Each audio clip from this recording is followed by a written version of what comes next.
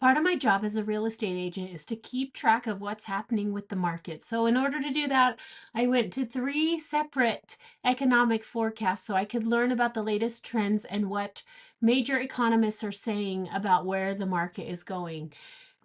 People ask me all the time, Crystal, how's the market? My best analogy that I've ever heard from Leslie Simpson, thank you, Leslie, is that real estate is a river.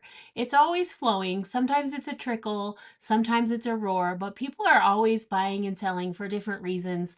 Major life changes, job changes, family issues, divorce, death, uh, those kinds of things are always going to cause turnover of. Thank you for watching. My name is Crystal Lindelin, and I'm a real estate agent serving the Wasatch Front of Utah. I make videos about life and real estate in Utah, and I upload once a week. Take a moment to subscribe so that you don't miss a video. And if you're thinking of moving to the Utah area, let's connect and talk about what you might be looking for in your next home. I was in France in 2011 on a trip, and that was around the time that the movie Hangover 2 was released. In French, it was translated to a very bad trip. So every time I sat in these economic forecasts, all I could think about was Hangover 2, a very bad trip, which is basically a very accurate description of what's going on with the market right now. It is a hangover market. What do I mean by hangover market? Well, from 2009 to 2022, we had low interest rates. We saw gradual, then very rapid appreciation of home values. In 1 year alone, home values in Utah increased 25%. To give you a baseline, probably 4 to 5% is a good baseline model for appreciation of home values year over year. This extreme seller's market led the Fed to increase interest rates from 2022 to 2024, and therefore we have seen a great kind of slowing of the housing market and the economy in general. When we're talking about interest rates, remember that the Fed cutting rates does not always directly correlate to lowering mortgage rates for the home buyers. Mortgage rates are dependent on a lot of things, including all of those international uncertainties and elections, how investors feel about things. Mortgage rates respond more to what is predicted than what is actual. So I think we started off the year thinking there would be, 3 to 4 rate cuts. And then as inflation slowed down, the projections for those rate cuts became more dismal. And now Robert Spendlove from Zions Bank, he's the chief economist there. He's a former Utah representative in the House of Representatives, and he also has advised the governor in the past. So he's a well-qualified guy. He's saying there's going to be just one more rate cut, maybe at the end of the year, but maybe not even that. The other thing that forecasters look at is how is unemployment doing? Here in Utah, it's pretty low. How is the participation in the labor force? It's still not to pre-COVID levels. A lot of people who left their jobs during COVID never returned to their jobs. The baby boomer population is also aging and leaving the workforce, so we're looking at that. We look at wage growth and how it compares to home price growth. And actually, wage growth has been higher than average in Utah, whereas housing inflation is lower here at 1.7%. Household savings is also low. Credit card debt is increasing. So consumer debt is increasing, but we are not yet seeing a rise in foreclosures on homes. So Utah and Idaho actually have the strongest GDP in the country right now. Utah housing is unaffordable. That's the bottom line. We're uncertain about rate cuts.